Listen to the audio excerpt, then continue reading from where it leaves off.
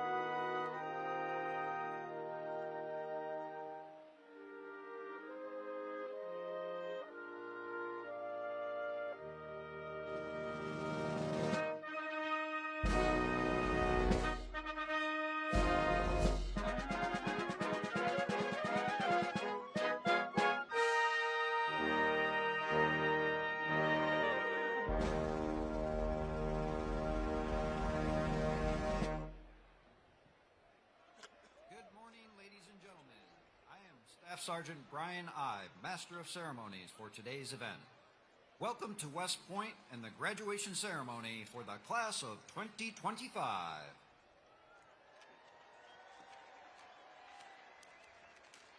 The soundtrack for today's ceremony is provided by the West Point Band, assembled on the field to your left. Established in 1817, the West Point Band's core mission is to educate, train, and inspire the Corps of Cadets through world-class music. The West Point Band is under the direction of the band's commander, Lieutenant Colonel Daniel Smith Tovin. Please give a round of applause for the West Point Band.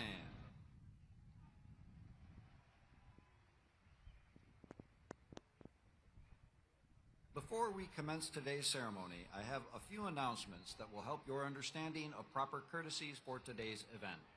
During the ceremony, you will be asked to rise at the following times: the arrival of the official party, the national anthem, the invocation, the singing of the song, The Corps, the singing of the Alma Mater, the administration of the oath of office to the graduating class, the singing of the Army song, and for the benediction.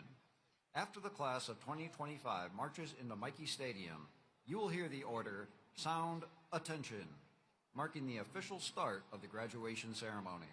It is customary to rise at the bugle call of Sound Attention, as well as for the arrival of the official party and our guest speaker, the 45th and 47th President of the United States of America, Donald J. Trump.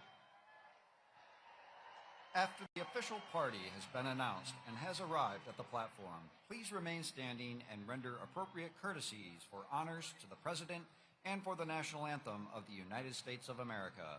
Uniformed service members will salute. Military veterans are encouraged to salute, and civilians are asked to please show the same courtesy to our nation by removing your hat.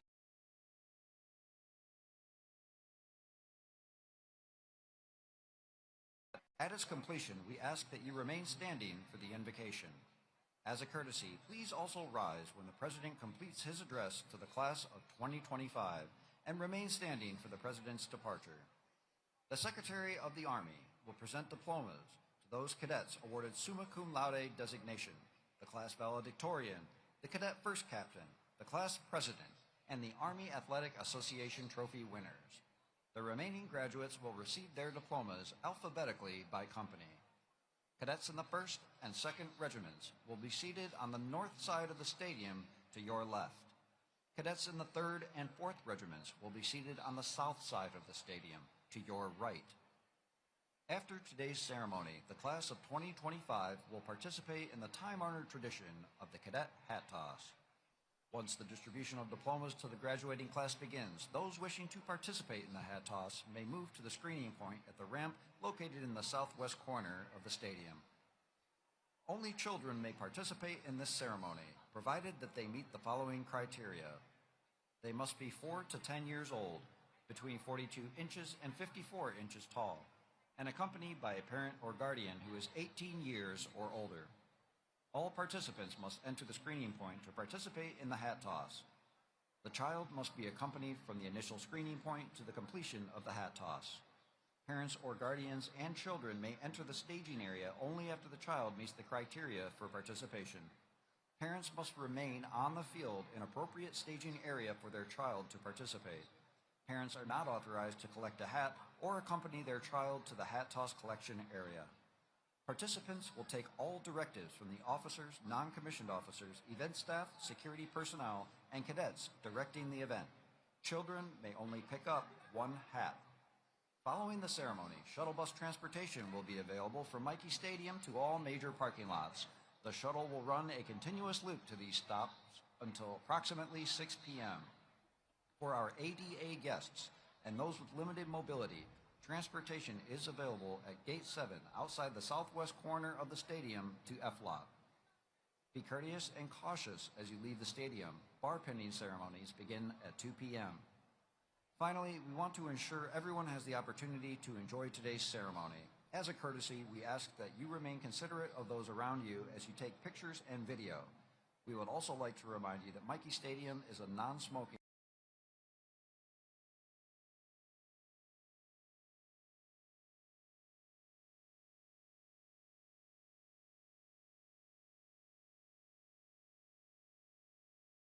is complete. Please remain in your seat until the official party has departed the area.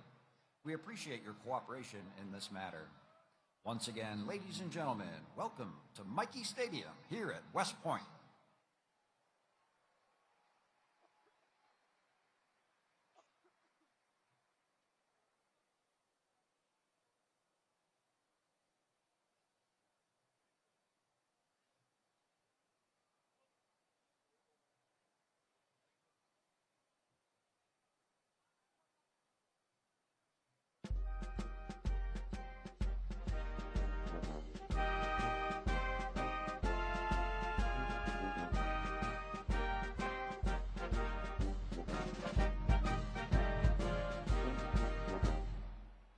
Ladies and gentlemen, please welcome the United States Military Academy Class of 2025.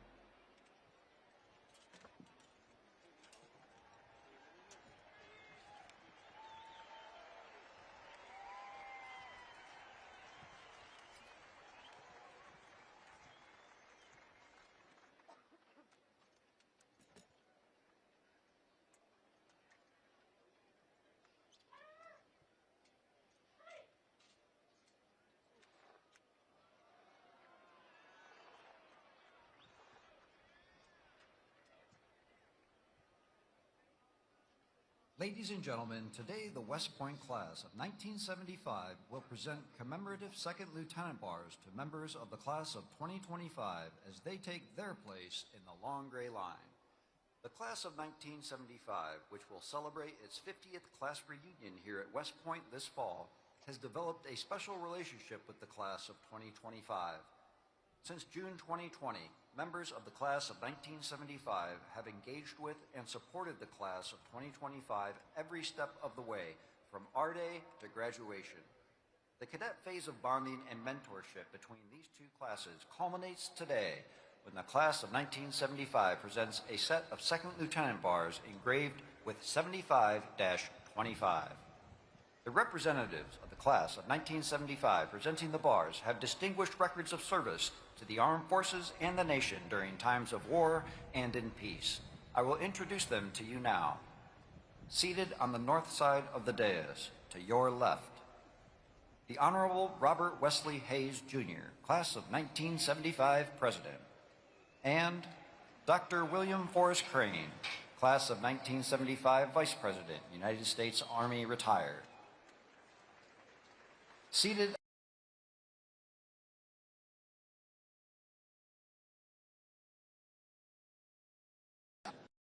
Mr. Timothy F. Shagru. Gentlemen, we welcome you back to attend this special graduation ceremony. It is a pleasure and honor to have you here with us today. Ladies and gentlemen, how about a round of applause for the class of 1975 and their outstanding dedication to the class of 2025.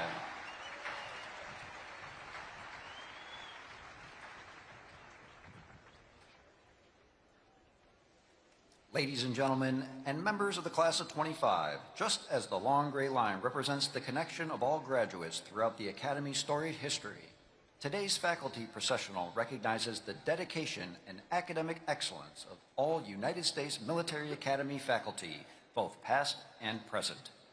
Please welcome representatives of the faculty of the United States Military Academy.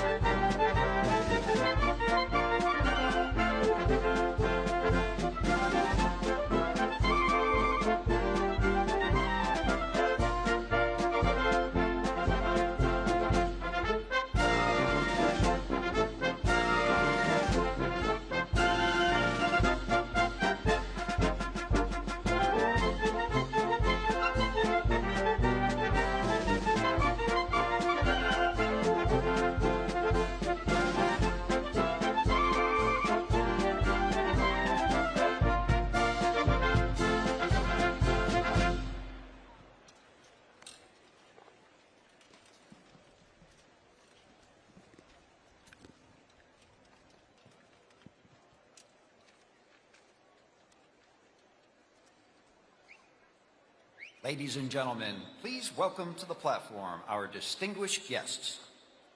United States Congressman from the state of Arkansas and West Point Board of Visitors Chairman, the Honorable Steve Womack. United States Representative for New York's 18th Congressional District and West Point Class of 2004, the Honorable Pat Ryan. the Commandant of Cadets, Brigadier General R.J. Garcia, the Dean of the Academic Board, Brigadier General Shane R. Reeves, the Athletics Director, Mr. Thomas Theodorakis, the Senior Advisor for Character Integration, Dr. Jeff Peterson, the West Point Chief of Staff, Colonel Con Deep, the United States Military Academy Command Sergeant Major Phil Barretto, the United States Corps of Cadets Command Sergeant Major Tony Powers, members of the Academic Board, and other senior Academy leaders.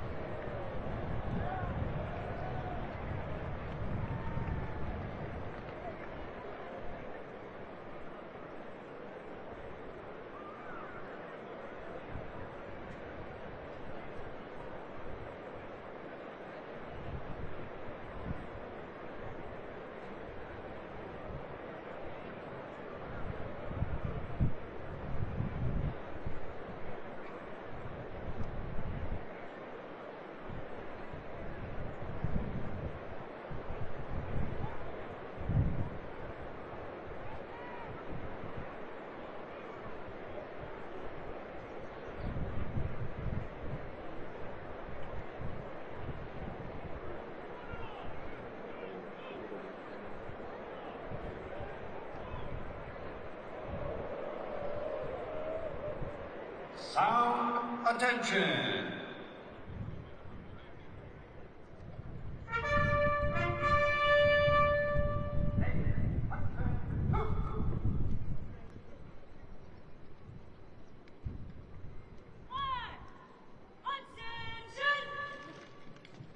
Ladies and gentlemen, please rise for the entrance of the official party.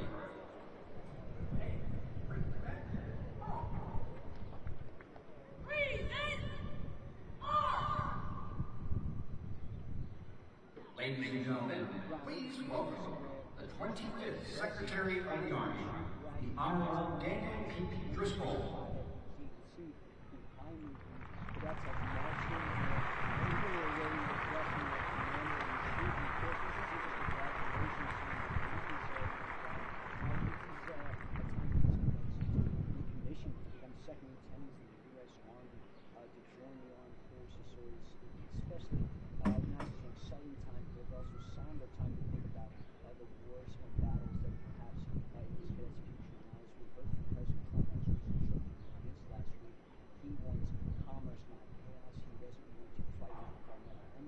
The 41st Chief of Staff of the Army, General Randy A. George.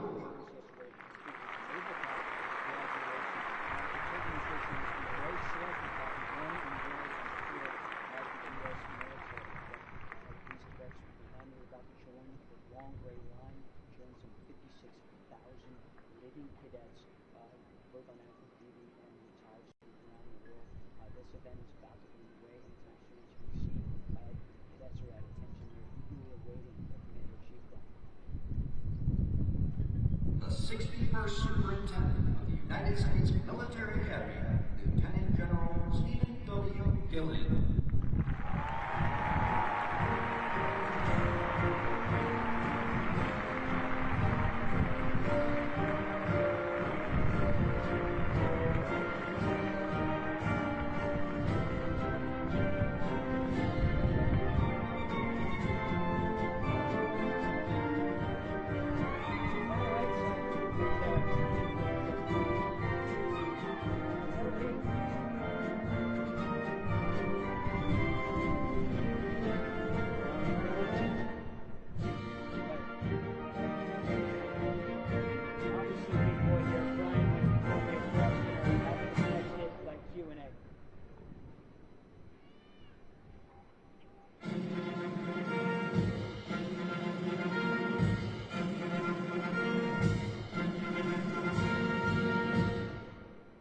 Ladies and gentlemen, the 45th and 47th President of the United States of America, Donald J.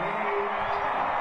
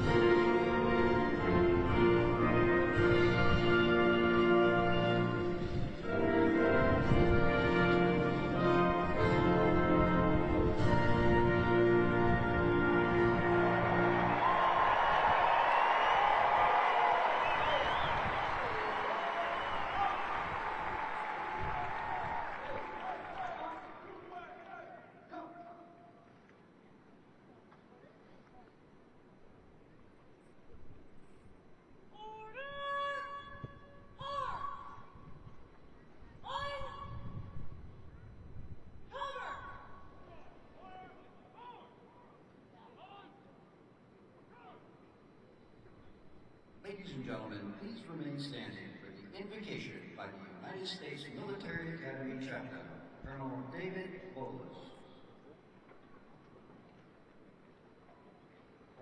I invite you to pray with me. Praise be to the Lord my rock, who trains my hands for war and my fingers for battle. Almighty God, we are gathered here with hearts full of gratitude and pride as we witness the graduation of the West Point class of 2025. We thank you for bringing each graduate to this major milestone today. We thank you especially for your presence when they were pleased under pressure, for providing patience as they learn to lead as yearlings, for their commitment and courage to affirm as cows, and for faithful friends who will finish together as firsties. Just as you have been faithful in the past, be their ever-present help in the future. Thank you for the teammates around them, the family and friends, instructors and sponsors, tax and trainers, mentors, and yes, even their tormentors, who stood with them over the last 4 years.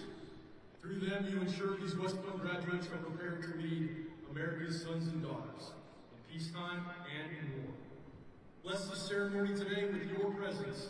Bless our president as he leads and inspires us. And God bless the United States of America. In your holy name, I pray. Amen.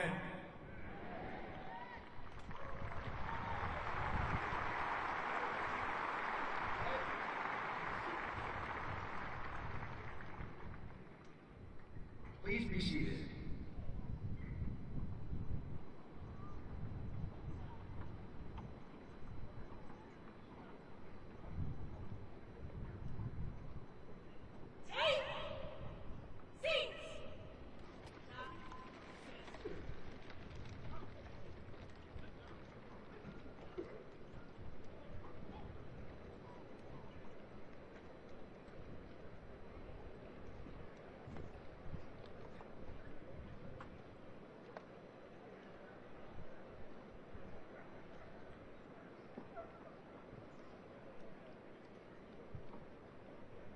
Please welcome the 61st Superintendent of the United States Military Academy, Lieutenant General Stephen W. Gilland.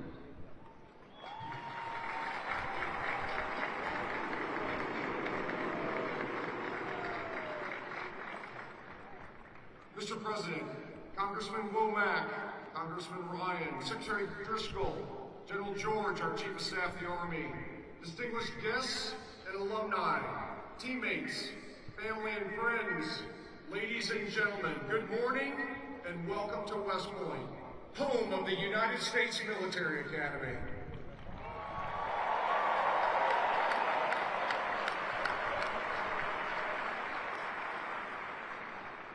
We are tremendously honored to have you here today to celebrate the 1,002 outstanding cadets of the class of 2025 as they graduate and commission as the newest officers and leaders of character in your United States Army.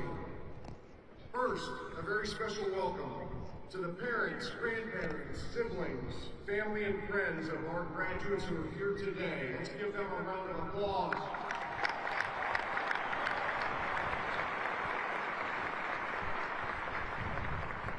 Thank you all for the love and support and encouragement that you've given your cadet along their journey at the United States Military Academy. I'd like to acknowledge the members of the 50-year affiliate class for our graduating class, the Courage and Drive class of 1975.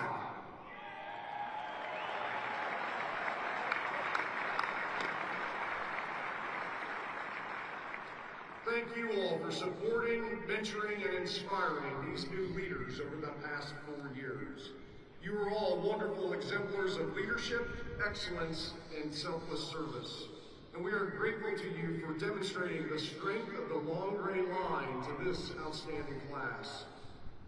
Class of 2025, together we thrive. Congratulations and well done.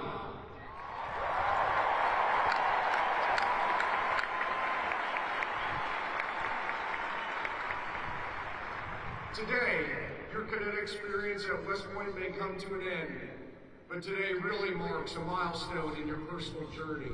as you assume the mantle of leadership as officers in our Army. We know you all are looking forward to what's ahead. Travel, school, bowling, ranger school, sapper school, moving, living on your own. Some of you are getting married in like the next 6 hours. That's right. However, for all of you, I just ask you to take a moment during the next few weeks while you're enjoying some free time to reflect on your time here. Think about all the opportunities and experiences that you've had and the challenges you've overcome on the road to becoming a leader of character. Think about the hard work, some blood, a lot of sweat, as well as the grit, toughness, determination, and the continual pursuit of excellence. Think about the friends you've made and the relationships developed, the camaraderie with teammates, the TACs, instructors, coaches, and old grads who've encouraged and mentored you, and the family and friends who supported you and cheered you on. Take a moment to appreciate and thank all the people who've helped you get to this point, and be grateful for all the experiences and opportunities that have helped shape you these past 4 years. As you pursue this journey as a leader of character, remember, today is about the responsibility of service to our country and to the American people. Today is about challenging yourself, challenging others to be better teammates, better officers, better leaders of character. It starts with you each and every day. Today is also about the responsibility of leadership as Army officers. Your responsibility to support and defend the Constitution of the United States, to be standard bearers, to lead by example and embody what right looks like. Most importantly, today is about your responsibility, your obligation to the citizens of our nation and to your soldiers, America's sons and daughters, to give them your very best leadership every single day. Also, take a moment to reflect and understand what it means to be a graduate of the United States Military Academy. People expect more from you as a graduate of this institution. You represent this institution and you represent the United States Army every single day. You now join a proud legacy of leaders of character who committed themselves to selfless service and continual excellence, guided by our Army values and the ideals of duty, honor, country. Those ideals, they unify us and they define us. They define who you are as graduates of the United States Military Academy. And just as they've inspired you, you will now in turn inspire future generations. The class of 2025, you are ready to face the challenges that await you, prepared to live honorably, lead honorably, and demonstrate excellence in everything that you do. Congratulations and Godspeed to all of you. Mr. President, on behalf of the team at the United States Military Academy, it is an honor to present this outstanding class to you this morning as our nation's newest warfighters and leaders of character.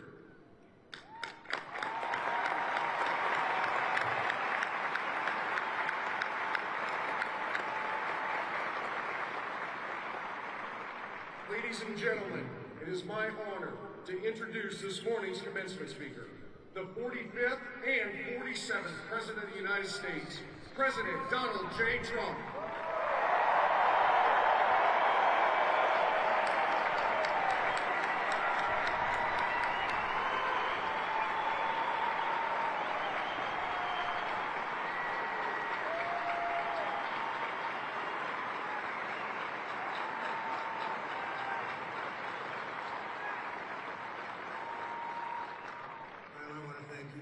This is a beautiful place. I've been here many times, going to high school, not so far away, but a good place. Also, a military academy, not quite of this distinction, but it was a lot of fun for me. And I just want to say hello, cadets, and on behalf of our entire nation, let me begin by saying congratulations to the West Point class of 2025. You are winners, every single one of you.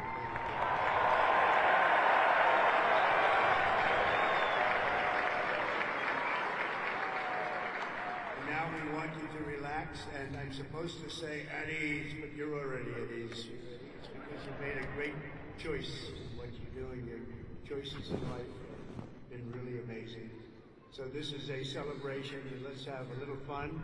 I want to thank your highly respected Superintendent, General Stephen Gillen, and he is really something. I got to know him backstage with his beautiful family.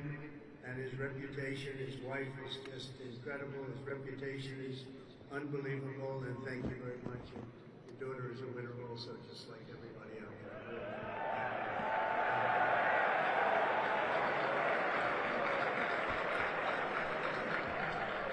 I also want to thank you, Commandant General R.J. Garcia, Secretary of the Army Dan Driscoll, Army Chief of Staff General Randy George, Senator Ashley Moody, Representatives Steve Womack, Bill Heisinger, Pat Ryan, Mark Green, Heath Self, Acting U.S. Attorney Alina Haba, and very much just all of the friends. We have a lot of friends in the audience today, and I just want to thank them all for being here. We have a tremendous amount of my friends. They wanted to come up and they wanted to watch the ceremony, and they wanted to watch you much more so than me. So I just want to thank so many people are here.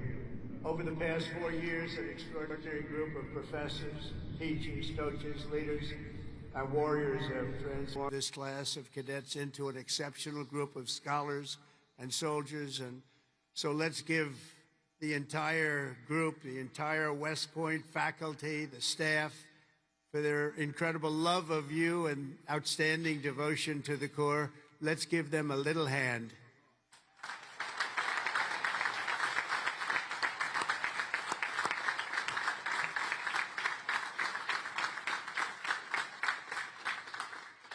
And importantly, we can't forget all of those people beaming with pride. Look at them in the audience. Oh, they're so proud.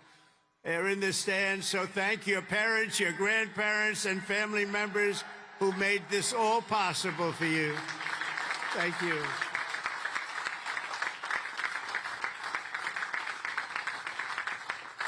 And I think they must have done something right based on what I'm looking at. America loves our military moms and dads. Nearly 1/3 of the cadets graduating today are themselves the children of veterans. So to everyone with us this morning who served America in uniform, no matter your age, please stand so we can salute your service. We'd like to see who you are.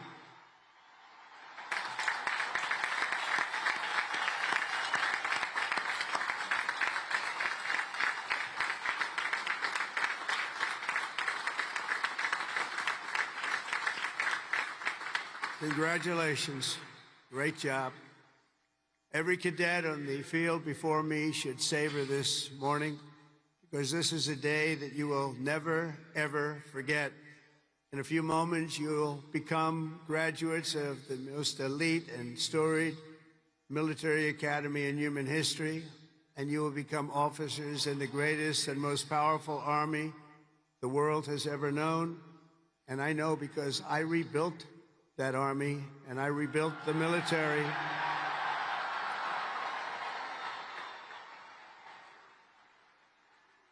And we rebuilt it like nobody has ever rebuilt it before in my first term.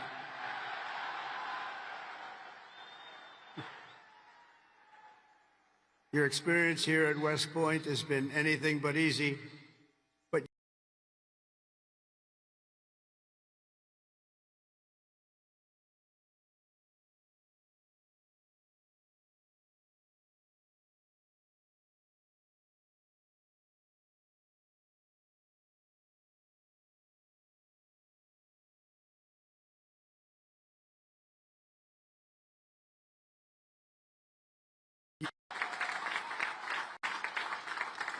Looking out at all of you today, I can proudly say, mission accomplished. Great job.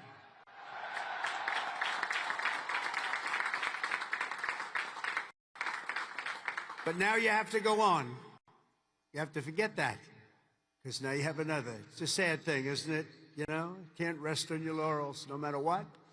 You just have to keep going. You take a little day off, and you go on, because you have to have victory victory after victory, and that's what you're going to have as you receive your commissions as second lieutenants. Each of you continues down the same hallowed path, walked by titans and legends of U.S. military lore, giants like Ulysses S. Grant, John Blackjack Pershing, Dwight David Eisenhower, the one and only Douglas MacArthur,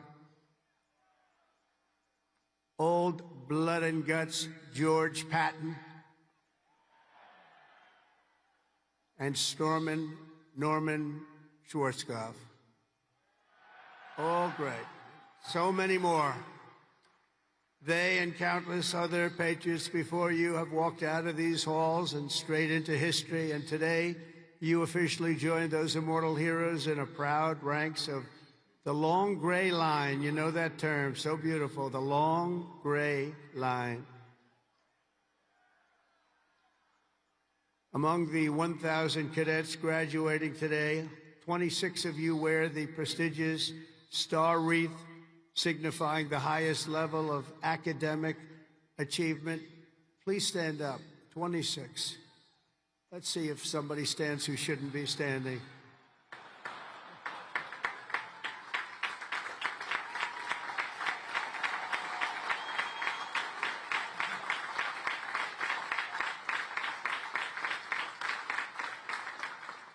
Congratulations. That's a big honor. This class includes an incredible 4 Rhodes Scholars. Stand up, please. 4.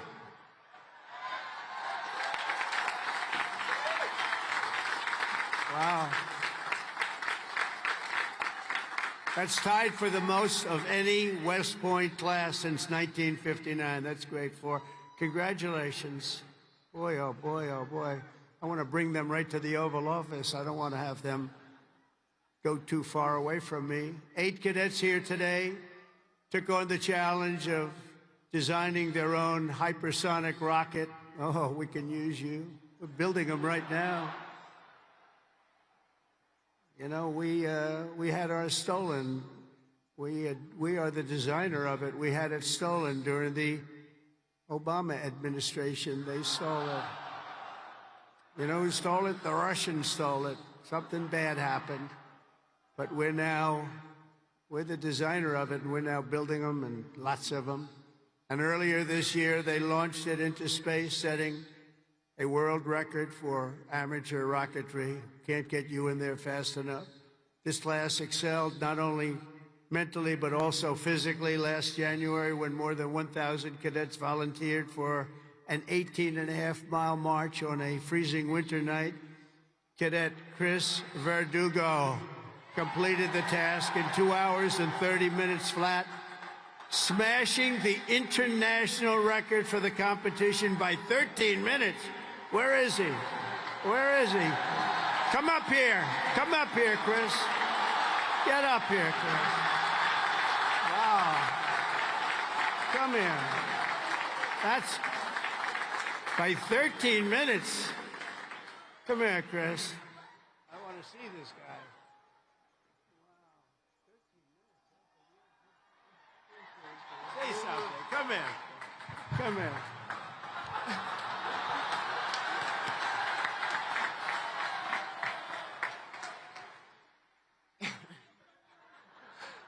It's been a long 5 years, but I couldn't have done it with any of these guys. Love you guys all. Thank you. Wow.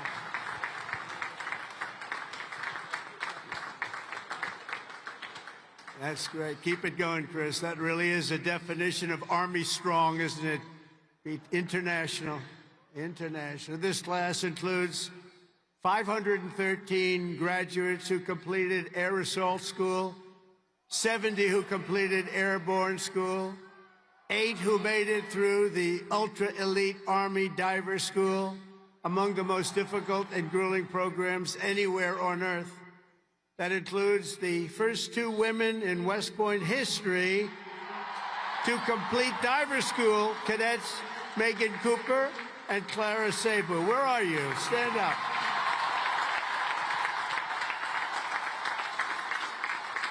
Where are they? Wow, great job. That is not easy. Congratulations, Megan, Clara. That's a job well done. Fantastic. Thank you very much. Some of you achieved a different kind of distinction here at the Academy, including 7 century men who completed 100 hours of marching for disciplinary, oh no, infractions. No, don't tell me I'm doing this. Oh, I'm so sorry. Would you like to stand up? I don't know.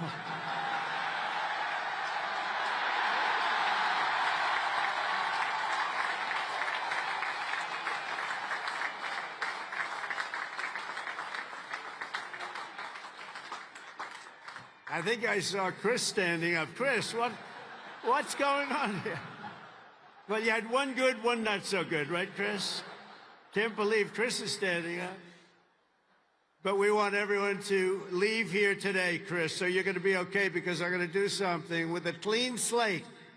So in keeping with tradition, I hereby pardon all cadets on restriction for minor conduct offenses effective immediately, so you're all okay. You're all okay.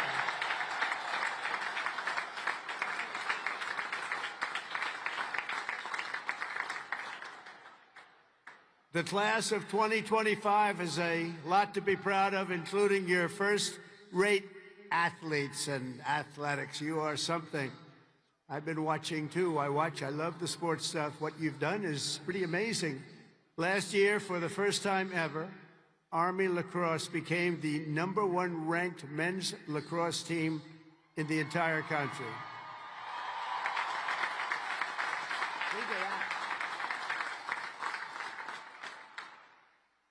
Those of you on the team, stand. That's a big honor. Stand.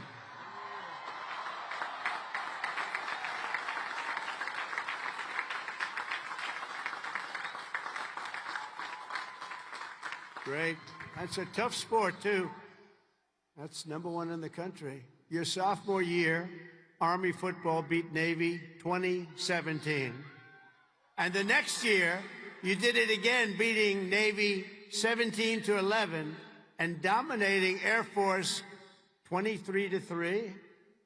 But this year, the Black Knights fought your way into the top 20 nationally and racked up your longest winning streak since 1949 with the help of graduating quarterback cadet Bryson Daly, or as you call him, Captain America.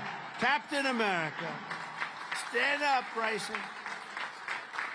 Where's Bryson? We got to get him up here, right? Come on, Bryson. Come on. Man, oh, man. I heard he's well, I came to a game and I said, yeah, he can get into the NFL, can he? But he chose this life. And you know what? I think he made a good choice. Come on up here, Bryson. Come on up. Wow.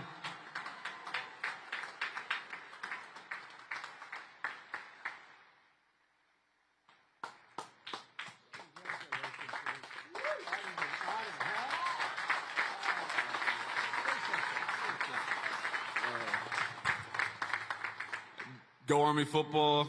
Shout out the Hogs, H4. Can't wait to graduate. Love you guys.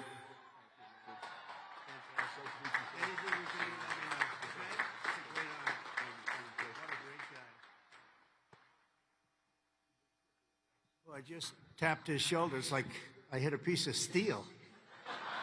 Guy's in good shape. There's a reason, you know? There's always a reason for success. Thank you, Bryson.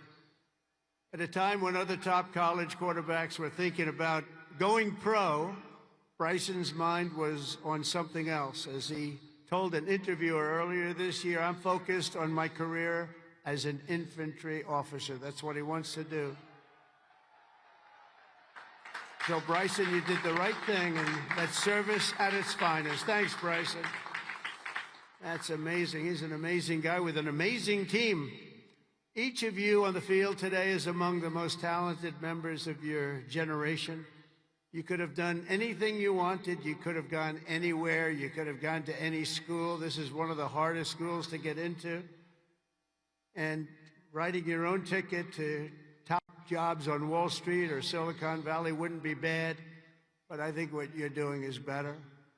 Instead of sports teams and spreadsheets and software, you chose a life of service, very important service, instead of stock options. And I do that stuff. It's sort of boring.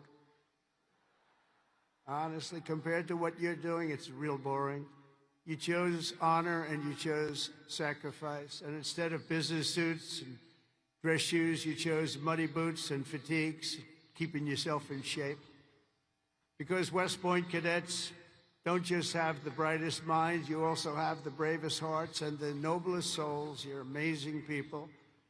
I could not be more proud to serve you as your commander-in-chief, and our country is doing well. We've turned it around very quickly. We've turned it around.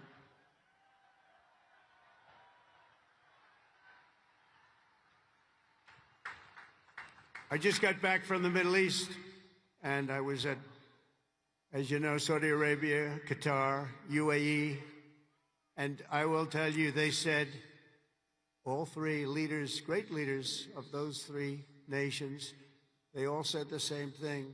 The United States of America is hotter now than we've ever seen it, and a year ago, it was as cold as it gets, and it's true. It's true. We have the hottest country in the world, and the whole world is talking about it, and that's an honor for all of us. I cannot wait to see the glory that is still ahead, however, for the West Point class of 2025, and we're going to help you a lot because we're going to give you a nation as good or better than it ever was. That's what I promise you.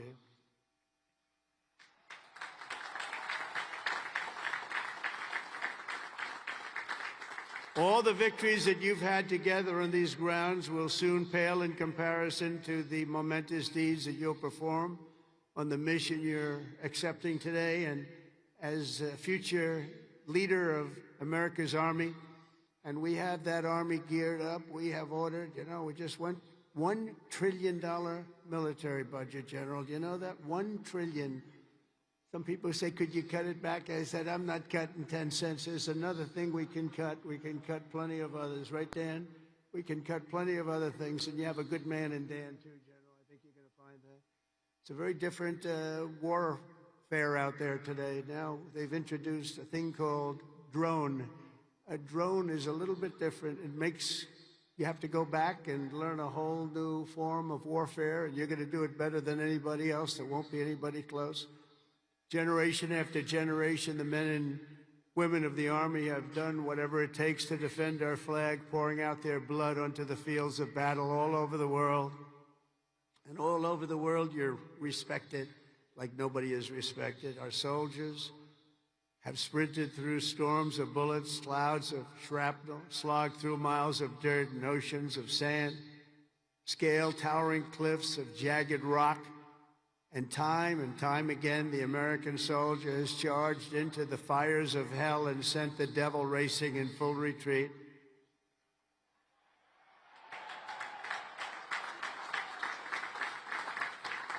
No task has ever been too tough for America's Army. And now that 250-year legacy of glory and triumph belongs to you, the 1,000 newest officers of the greatest fighting force in the history of the world. And that's what you are, and that's what you're being thought of. Again, you are the first West Point graduates of the golden age of America. This is the golden age, I tell you. Promise. We're in a new age. This is the golden age. And you are going to lead the Army to summits of greatness that has never reached before. And you see that. You see what's happening. You see what's going on in the world. Each of you is entering the officer corps at a defining moment in the Army's history. For at least 2 decades, political leaders from both parties have dragged our military into missions it was never meant to be. It wasn't meant to be. People would say, why are we doing this? Why are we wasting our time, money, and souls in some case. They sent our warriors on nation-building crusades to nations that wanted nothing to do with us, led by leaders that didn't have a clue in distant lands, while abusing our soldiers with absurd ideological experiments here and at home. All of that's ended, you know that. All of it's ended. It's ended, strongly ended. They're not even allowed to think about it anymore. They subjected the armed forces to all manner of social projects and political causes while leaving our borders undefended and depleting our arsenals to fight other countries' wars. We fought for other countries' borders, but we didn't fight for our own border, but now we do, like we have never fought before, by the way. But under the Trump administration, those days are over. We're getting rid of the distractions, and we're focusing our military on its core mission, crushing America's adversaries, killing America's enemies, and defending our great American flag like it has never been defended before.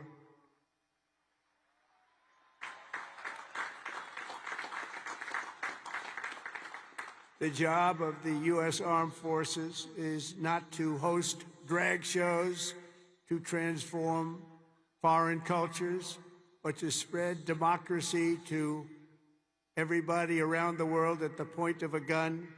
The military's job is to dominate any foe and annihilate any threat to America, anywhere, anytime, and any place.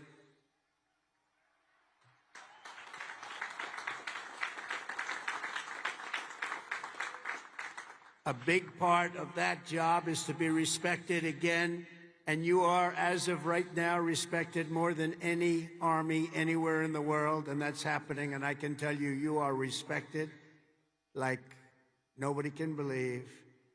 As president, I am laser-focused on our core national interests. My preference will always be to make peace and to seek partnership, even with countries where our differences may be profound. As you know, we're working on a lot of things right now. When I left office 4 years ago, we had no wars, we had no problems. We had nothing but success. We had the most incredible economy, the single greatest economy for a president in history. I think we're going to beat it this time by a lot, if you want to know the truth. But we had something going on very special. But if the United States or its allies are ever threatened or attacked, the Army will obliterate our opponents with overwhelming strength and devastating force. That's why my administration has begun a colossal buildup of the United States Armed Forces, a buildup like we've never had before. Peace through strength. You know the term. I've used it a lot.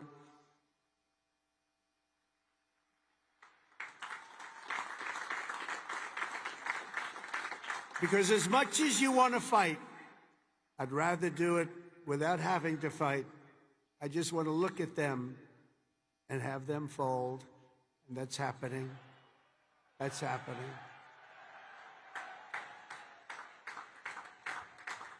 And I've approved a $1 trillion investment, and that will be, again, the largest ever in the history of our country. And we are buying you new airplanes, brand new, beautiful planes, redesigned planes, brand new planes, totally stealth planes. I hope they're stealth. I don't know. That whole stealth thing, I'm sort of wondering. You mean if we shape a wing this way, they don't see it, but the other way they see it? I'm not so sure. But that's what they tell me. We have the best tanks anywhere in the world. We're going to start shipbuilding again. We're going to start ship. We used to build a ship a day. Now we don't build them anymore. We had a lot of people that didn't know much about getting things built, but that's all I've done in my life is build. We're going to have the best missiles. We already do. Drones and much, much more. And earlier this week, I think you'll like this, I announced that we are officially building all in America, made in America, designed in America. We're the only ones that could do it because we're the only ones with the great technology. We're building the Golden Dome missile defense shield to protect our homeland and to protect West Point from attack. and it will be completed before I leave office.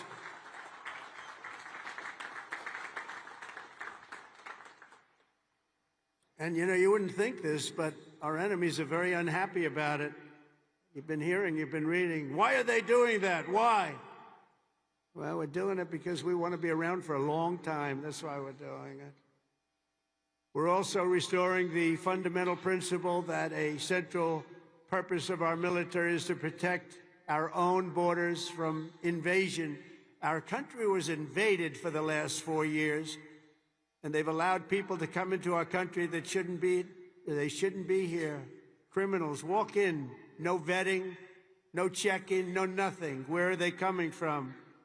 And they were taking people out of prisons, they were taking gang members, they were taking the mentally insane and allowing them to come in, and we're getting them out of our country. We have no choice. We're getting them out and bringing them back where they came from. Have no choice. And it's not easy. It's not easy. But hopefully the courts will allow us to continue. You know, we had the greatest election victory. This was November 5th, we won the popular vote by millions of votes. We won all 7 swing states. We won everything. We won 2,750 districts against 505. 2,750 against 505. We had a great mandate, and it gives us the right to do what we want to do to make our country great again, and that's what we're going to do. And on day one, I deployed our military to the southern border.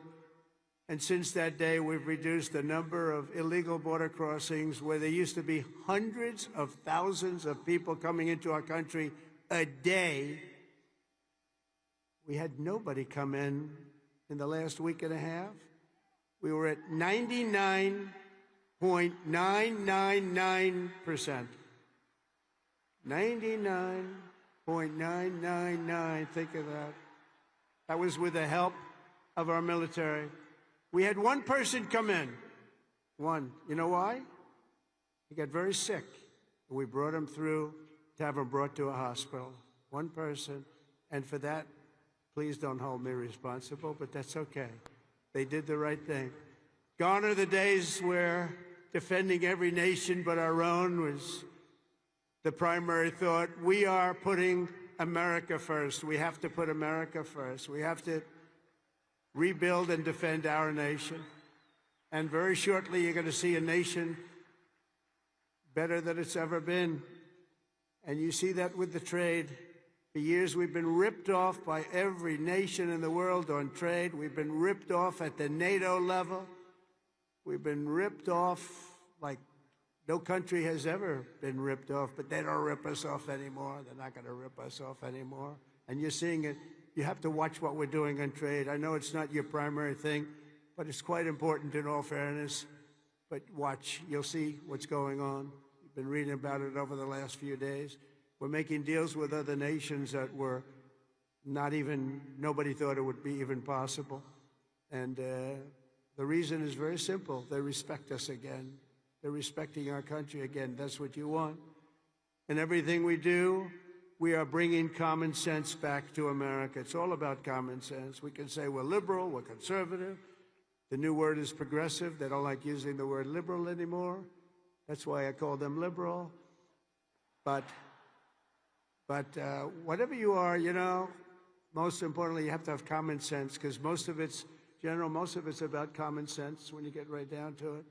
And we have a lot of people with a lot of very smart people, but they have to have common sense. And we've liberated our troops from divisive and demeaning political trainings. There will be no more critical race theory or transgender for everybody forced onto our brave men and women in uniform, or on anybody else for that matter in this country. And we will not have men playing in women's sports, if that's okay.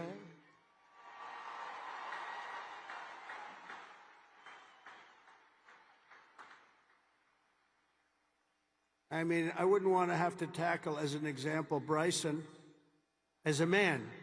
But I don't think a lot of women want to tackle him. I don't think so. How crazy is it?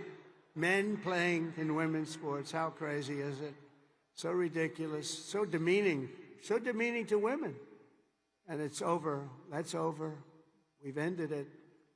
And promotions and appointments will not be based on politics or identity. They'll be based on merit. We won that case in the Supreme Court of the United States. We're allowed to go back to a system of merit.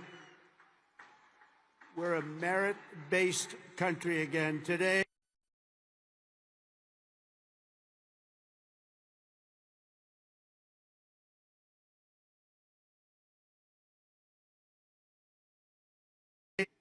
recruiting shortfalls. And just last year was the worst of all, the last year of the Biden administration. We couldn't get anybody to join our military. We couldn't get anybody to join our police or firefighters. We couldn't get anybody to join anything. And right now, just less than a year later, we just set a brand new peacetime recruiting record. The most people joined, and we are brimming. In fact, be careful. There's somebody going to try and take your job. Be careful. You better be good. We are brimming with confidence, and we're brimming with people. We had the best recruiting month that we've had in memory. Nobody remembers anything like it. And that's all because they have spirit now. They have spirit. They have a spirit for our country. And now everybody wants to be doing what you're doing. Think of that.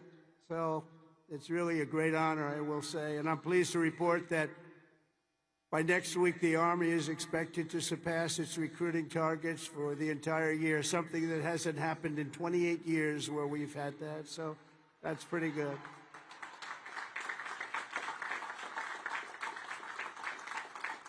And it's nice to know that you're doing something that everybody wants to do, isn't it? Really nice. Listen, I hated to hear that. During the campaign, I was hearing that you couldn't get people to enlist, but now we're getting people, and it's sad because we're telling so many people, I'm sorry, we can't do it. My administration is doing everything possible to forge the most powerful military ever built. But ultimately, the task of keeping America strong and safe in the years ahead is going to belong to you. Among you are the lieutenants, majors, colonels, and generals who lead the Army for the next 10, 20, 30, and even 40 years. So as Commander-in-Chief, let me offer a few words of advice as you begin your Army careers. And I thought I'd do this, and I can make this to a civilian audience or to a military audience. It's pretty much the same. And I did this recently at Ohio State, and they really liked it. I gave them a little advice as to what I see for what you want to do and some tips. And first of all, and you've already done it, different from civilians, they're making their decision right now. You've already made your decision. I love your decision. You have to do what you love. You have to do what you love. If you don't love it, you'll never be successful at it. And you've done this, and you really, many of you in the audience, many of you that are graduating, you come from military backgrounds or you love the military. It's what you want to do. It's what you want to talk about. One thing I see about people that love the military, that's all they want to talk about. I'll be out to dinner, and generals, if they love their job, usually the only good ones are the ones that want to talk about it all the time. But if they talk, that's what they want to talk about. I really, very rarely see somebody who's successful that doesn't love what he or she does. You have to love what you do. In your case, the military is what you chose, and I'll tell you what, you cannot go wrong. You're going to see it, too. You're going to love it more and more with time. You know, I work all the time. That's all I do is I work, whether it's politically or before that. I was a very good businessman, in case you haven't heard, really good. But I was good because I loved it. I loved it. I learned from my father a little bit. My father was a happy guy, and all he did was work. He'd work Saturdays, Sundays. He'd work all the time, and he was a happy guy. He just loved life. And I learned that. I say, you know, it makes him happy. I've seen other people that never work, and they're not happy. You got to love it. Otherwise, you won't be successful. In the Army, there are a lot of different paths you can take. So follow your instincts and make sure that you take the path that you love, that you're doing something that you love within your military, you will be happier and the Army will be far stronger for it. Second is to think big. Always think big. If you're going to do something, you might as well think big, do it big, because it's just as tough, and sometimes it's a lot easier thinking big than doing a small task that's more difficult. One of your greatest graduates, General Eisenhower, used to say, whenever I run into a problem that I can't solve, I always like to make it bigger to solve it and solve more of it. If you're going to solve a problem, it might as well be a big problem as opposed to a small problem that lots of people can take advantage of and solve. So you can achieve something really amazing. Think big. Third, though, you got to do this. Brain power you have to have. Potential you have to have. But to be really successful, you're always going to have to work hard. An example is a great athlete, Gary Player, great golfer. He wasn't as big as the other men that were playing against him, great, big, strong guys. Gary was a smaller guy. I don't want to say too small. He's a friend of mine. He gets a little angry at people because he hits the ball just as far. He said, I hit the ball further than them. Why am I small? But he worked very, very hard. He was always doing exercise. He was well ahead of his time. He never stopped. He won 168 golf tournaments. He won 18 majors, 9 regular and 9 on the senior tour. 18 with 168. That's the most tournaments internationally, the most tournaments anybody's ever won. But he made a statement years ago, and I heard it. He's the first one. I think I've heard it a couple of times since, but he was the first. He said, it's funny. The harder I work, the luckier I get. And think of that. The harder I work, the luckier I get. And he worked hard, and you're working hard, and the harder you work, the luckier you're going to get. Fourth is don't lose your momentum. Momentum's an amazing thing. Keep it going. I tell a story sometimes about a man who was a great, great real estate man. He was a man who was admired for real estate all over the world, actually, but all over the country. He built Levittowns. He started as a man who built one house. Then he built 2, then he built 5, then he built 20, then he built 1,000, then he built 2,000 and 3,000 a year. And he got very big, very big. He was great at what he did. You see him all over the country still, Levittowns. This was a long time ago, but he was the first of the really, really big home builders. And he became very rich, became a very rich man. And then he decided to sell. He was offered a lot of money by a big conglomerate, Gulf and Western, big conglomerate. They didn't do real estate. They didn't know anything about it, but they saw the money he was making. They wanted to take it to a public company. And they gave him a lot of money, tremendous amount of money, more money than he ever thought he'd get. And he sold his company, and he had nothing to do. He ended up getting a divorce, found a new wife. Could you say a trophy wife? I guess we can say a trophy wife. It didn't work out too well, but it doesn't, and that doesn't work out too well, I must tell you. A lot of trophy wives, doesn't work out. But it made him happy for a little while at least. But he found a new wife.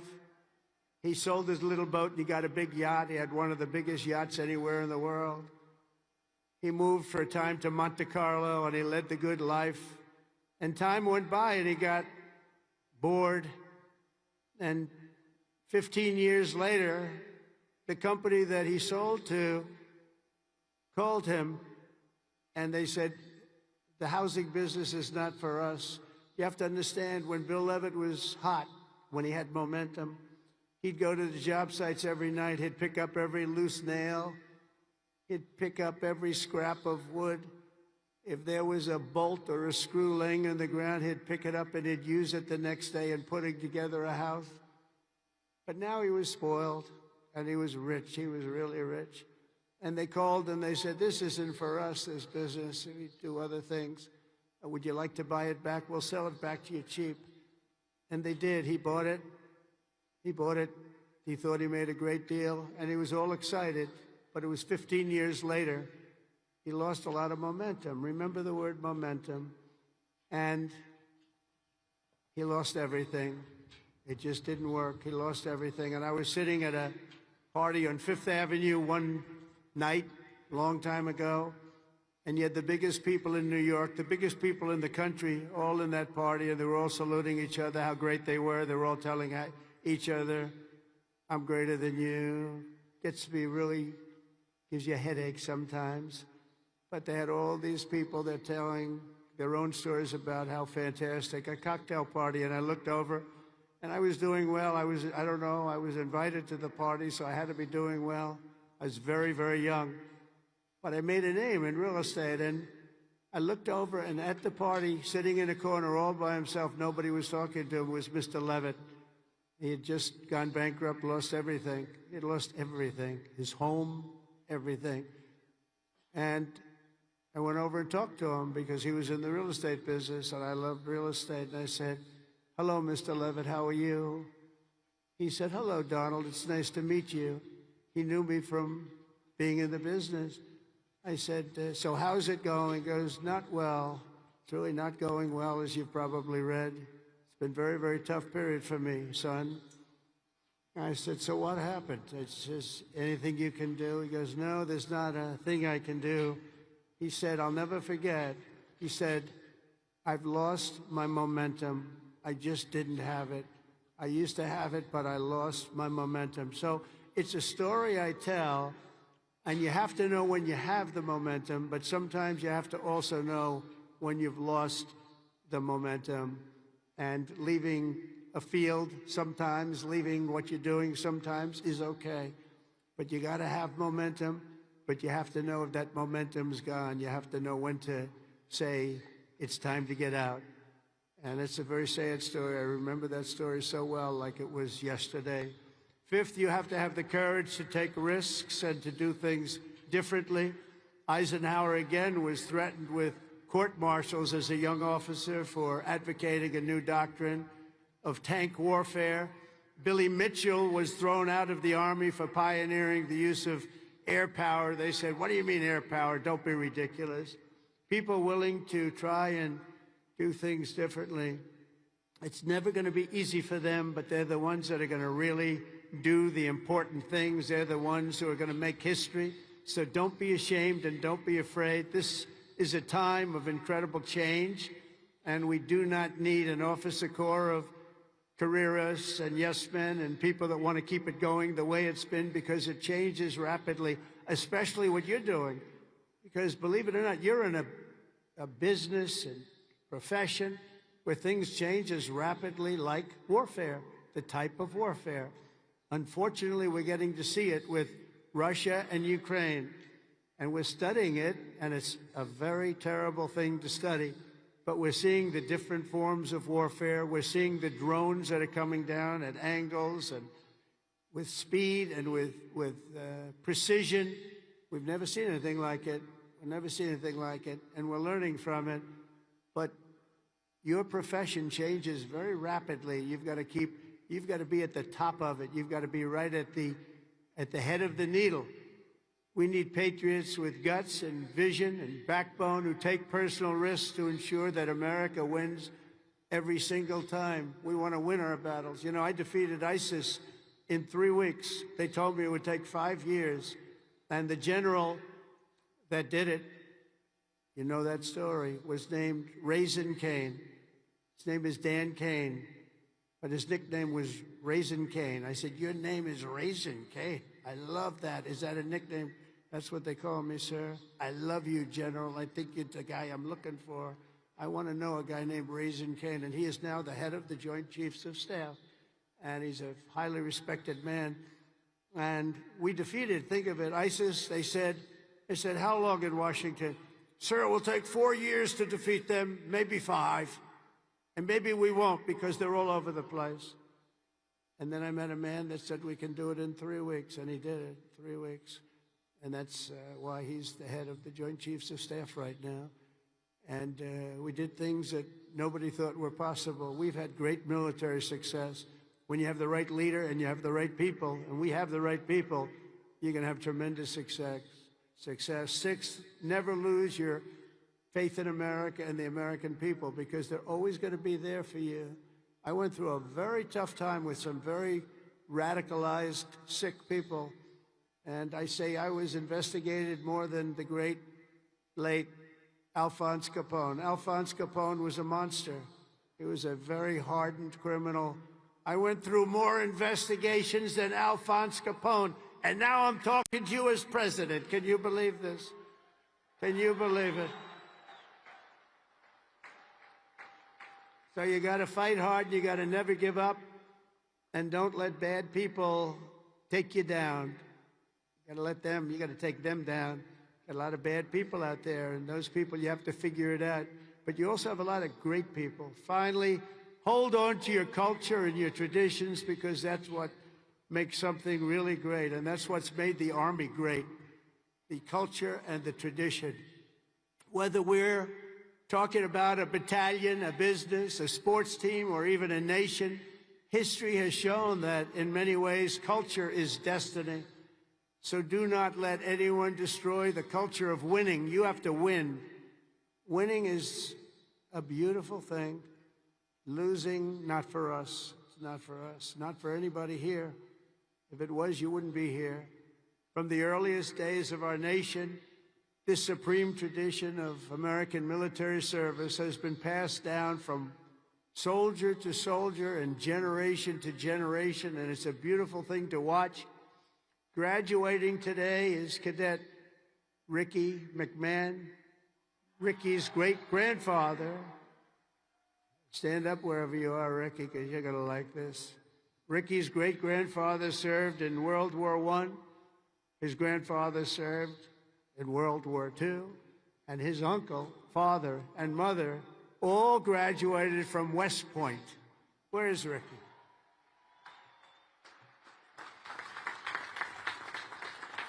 In 2004, when Ricky was just a little tiny boy, who would think about that, Ricky, a little tiny boy? His dad, Lieutenant Colonel Michael McMahon, made the ultimate sacrifice for our nation in Afghanistan. Today, Lieutenant Colonel McMahon rests not far from here in the West Point Cemetery. Last year, 2 decades after losing his father, Ricky placed a gold chip from his dad's 1985 class ring into a crucible, along 87 other rings were with it, of past West Point grads that were melted down to forge those now worn by the class of 2025. Do you all know that? Do you know that? What you're wearing? I want one. Ricky, I want one. Each of you will carry Michael's memory with you always as you continue the legacy he gave you. It gave you something that would be so proud. He would be so proud. He is proud as he looks down. To Ricky and his mom, Jeanette, you embody what this place is all about. And I know Michael, he's up there. He's smiling broadly, so proud. He's so proud of you today. You know that. And he's a man that couldn't be, and he is a man that couldn't be more proud. And I want to I just love that story. And everybody's ring, they're going to remember you. They're going to remember your family. And most importantly, you're going to remember a great tradition. It's a great tradition of West Point and of winners. Thank you very much. It's great to meet you. Thank you. You can sit down. You want to come up? If you want to come up, come up. Come on up. Come on up here. That's nice. You're a handsome guy. They're all good looking here. I don't know what's going on. The whole crowd is beautiful. Thank you very much.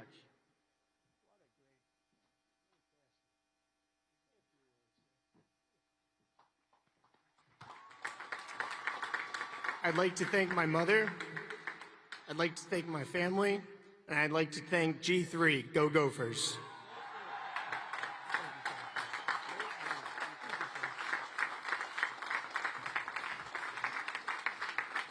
These are good-looking people, I'll tell you, General. What's going on over here? Look like all a bunch of male models. I can't stand it.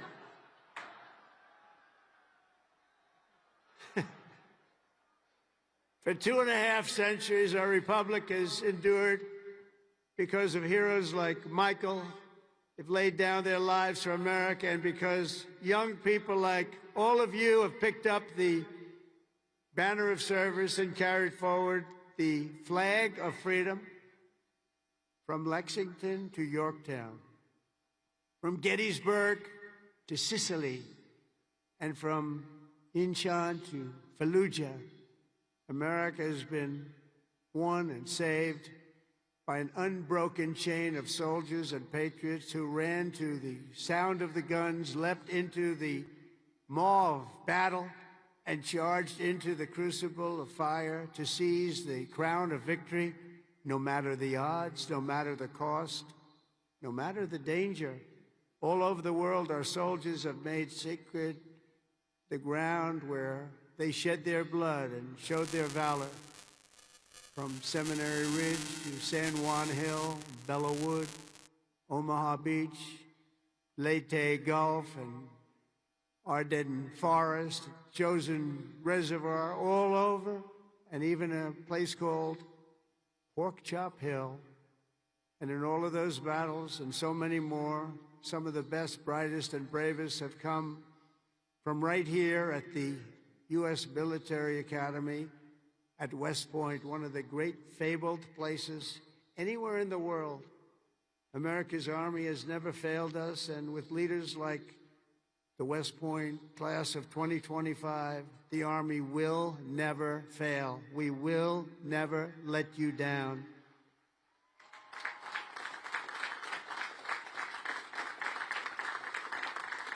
And over the last week, I had the honor of speaking to the heads of many countries, and they would say, 2 weeks ago, they say the 8th, they said, "Sir, we're celebrating the victory today of World War II."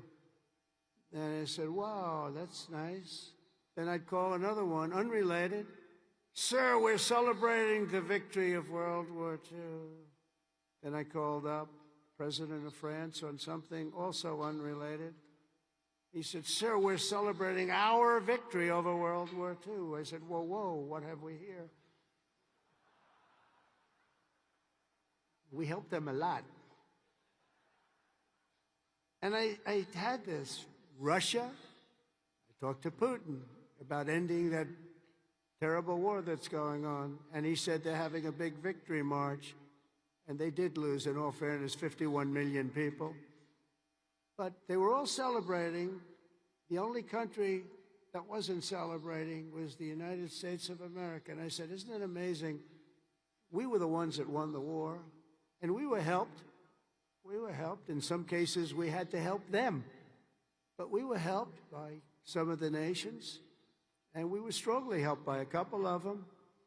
But every one of them was celebrating. They had Victory Day. They called it Victory Day in Europe, Victory Day all over. And we weren't even thought about.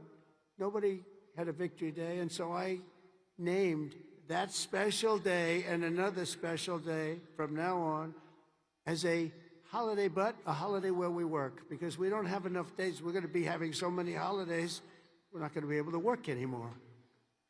But I named it for World War II, and a separate day in November, as you know, for World War I.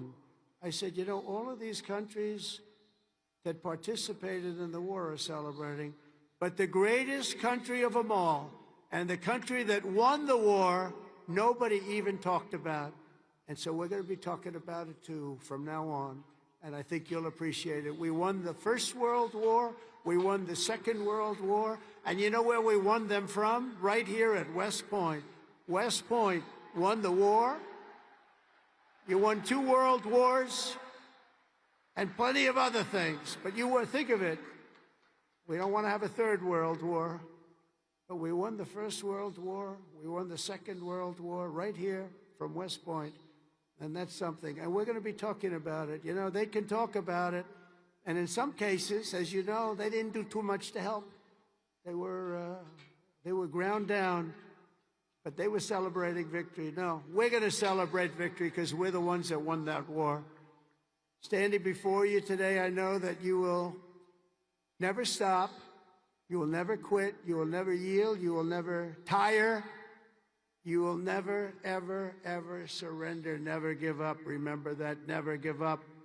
That's another little factor I could have added. Never, ever give up. Raise your right hand. I pledge I will never, ever give up. You can never give up. You can never give up. If you do, you're not going to be successful because you'll go through things that will be bad. You're going to have great moments. You're going to have bad moments. You can never give up. Through every challenge and every battle, you'll stand strong. You'll work hard. You'll stay tough. And you will fight, fight, fight, and win, win, win.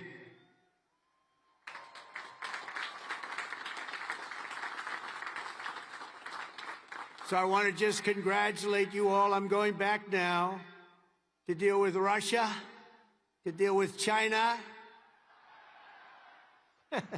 What's that all about? That's it. And to get you lots of victories. We're going to keep winning. This country is going to keep winning. And with you, the job is easy. I want to thank you all. Congratulations to the class of 2025. God bless you all. Incredible people. Thank you very much, everybody.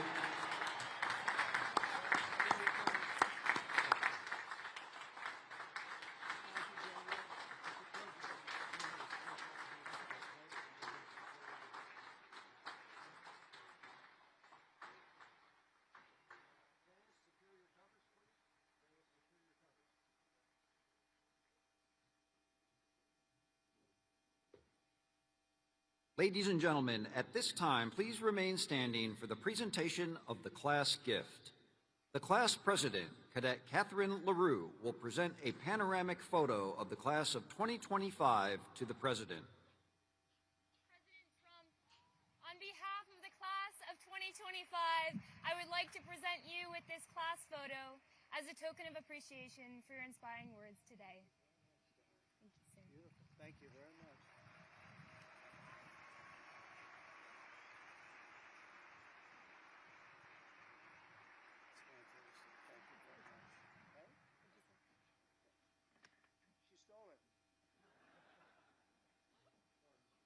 Hey, attention! Hey, three.